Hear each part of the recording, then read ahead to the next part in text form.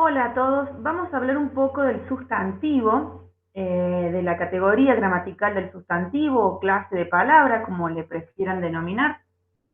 Es una categoría gramatical que se trabaja en todos los niveles de la escuela, especialmente a nivel primario y secundario. Vamos a trabajar sobre su identificación y sobre su clasificación. Junto con el verbo, es una de las categorías gramaticales principales y más utilizadas a la hora de entablar nuestros enunciados, a la hora de comunicarnos. En primer lugar, ¿cómo lo puedo identificar? Siempre se recomienda trabajarlo o identificarlo dentro de un enunciado, dentro del texto mismo, no en listados de palabras. ¿Por qué? Porque alguna palabra que puede estar pareciendo sustantivo en realidad quizás no lo es. El sustantivo se utiliza para darle nombre a lo que nos rodea, de personas, cosas, sentimientos, situaciones, estados, procesos, etc. Y también su función en los enunciados es esa, es nombrar todo aquello que yo quiero comunicar. Le doy nombre a lo que nos rodea para entablar esa comunicación. Entonces, una vez que lo puedo identificar, puedo clasificarlo. Clasificar e identificar los sustantivos nos ayuda a ampliar nuestro vocabulario y a utilizarlos más correctamente en los textos y a la vez evitar errores de redacción como por ejemplo la repetición. Entonces, dentro de la clasificación a veces varía dependiendo del material que esté utilizando. Si quizás estoy utilizando un manual o una gramática determinada, a veces puede variar. ¿Qué tengo que tener en cuenta ahí? Normalmente la clasificación más utilizada es esta. Mi sugerencia es observar la clasificación de los sustantivos como pares contrarios. Entonces, primer par contrario, o el sustantivo es propio o el sustantivo es común. Los sustantivos propios también dan nombre, pero dan nombres propios, sobre todo a personas, lugares, alguna mascota. Se caracterizan por el uso de mayúscula, que es una regla ortográfica, y no se siguen clasificando. Si el sustantivo es propio, solo es propio.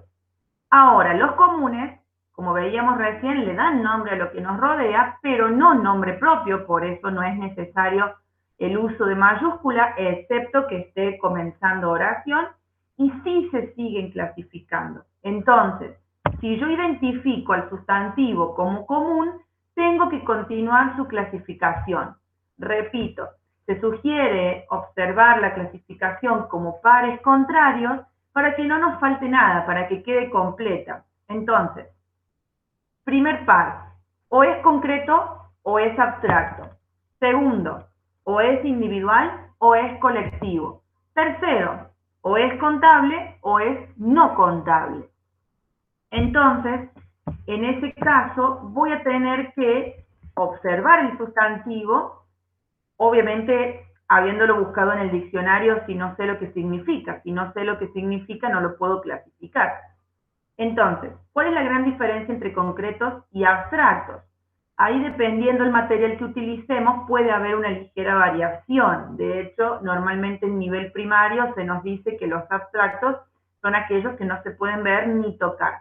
Ahora bien, hay algunos materiales gramaticales que avanzan un poquito más en la cuestión y abstractos son aquellos que, aparte de no poder verse y tocarse, no tienen una existencia propia independiente, sino que derivan de verbo o de adjetivo y dependen de otro sustantivo o de otra idea o concepto para tener existencia propia. Por ejemplo, amor deriva de verbo y belleza deriva de adjetivo. Amar, bello. No tienen existencia propia independiente, amor y belleza. Yo no puedo imaginarme la belleza, sino que en todos casos me imagino aquel objeto, animal o persona o lugar que yo considero como bello. La integración deriva del verbo integrar, el enojo del verbo enojar. Y lo mismo, no puedo imaginarme con existencia propia e independiente al enojo, sino que depende de esa, en todos casos, persona que está enojada. En cambio, los concretos sí tienen existencia propia, yo puedo imaginarlos, mesa, árbol, celular, perro, a la gran mayoría puedo verlos y puedo tocarlos. Entonces, esa es la gran diferencia. Los abstractos derivan de verbo o adjetivo y no tienen existencia independiente, mientras que los concretos sí.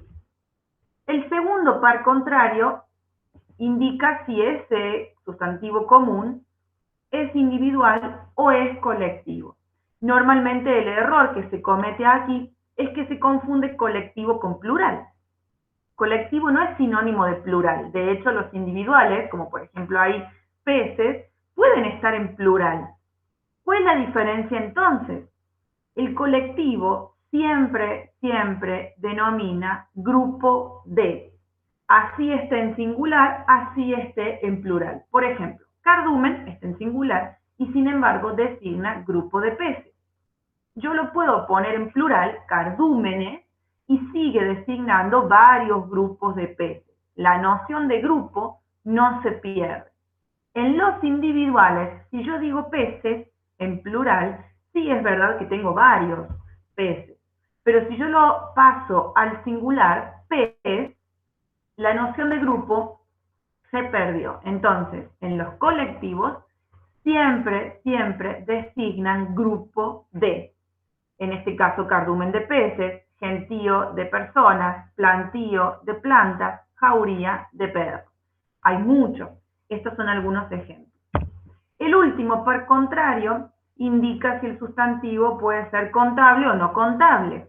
En ese caso, aquellos que son contables, yo puedo añadirle un numeral, como por ejemplo tazas, yo puedo decir una taza, dos tazas, tres tazas, etc. Mientras que en los contables, en los no contables no. En los no contables no se admite el numeral. Yo no digo, por ejemplo, una lluvia, dos lluvias, tres lluvias, sino que digo mucha lluvia o poca lluvia. Es decir, también puedo determinar cantidad, pero no a través del numeral. Ejemplo, arena. No digo una arena, dos arenas, tres arenas, sino que digo mucha arena o poca arena. Entonces, un ejemplo de clasificación. Suponiendo que ya identificamos estos sustantivos en un texto, deberían quedarnos así clasificados. En el caso de los propios, como Argentina, solamente le pongo sustantivo propio, no continúo la clasificación. En el caso de los otros sustantivos, de los comunes, sí tengo que continuar. Por ejemplo, escuela, sustantivo común, concreto, individual, contable. ¿Para qué me sirve estudiar la clasificación como pares contrarios? Para no olvidar nada. Entonces, todos aquellos sustantivos que sean comunes van a tener 4 clasificaciones. En primer lugar, sustantivo común. En segundo lugar, el primer par, concreto o abstracto, en este caso concreto. En tercer lugar, el segundo par contrario, individual o colectivo, en este caso individual. Y el último par, contable o no contable, en este caso contable. Entonces, cuento cuatro elementos en esa clasificación. Y así con el resto de los sustantivos.